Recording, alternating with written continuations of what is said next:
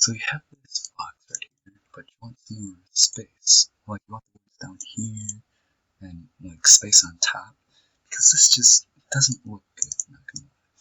So how would you do that? Well, so you go padding. Padding goes on the inside. 20 px, let's just say pixels. That makes it a lot better. But it also does it for this side too. So if you don't want it to go for that side, you can do 20 px space. It goes in a circle. So it goes like from here.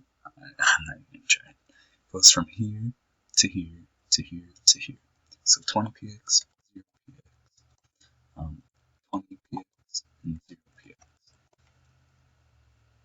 It'll be easier if I show it on this. So if you inspect, right click and then inspect is in the bottom right. Let's make this a little bigger. So this is what this box is for.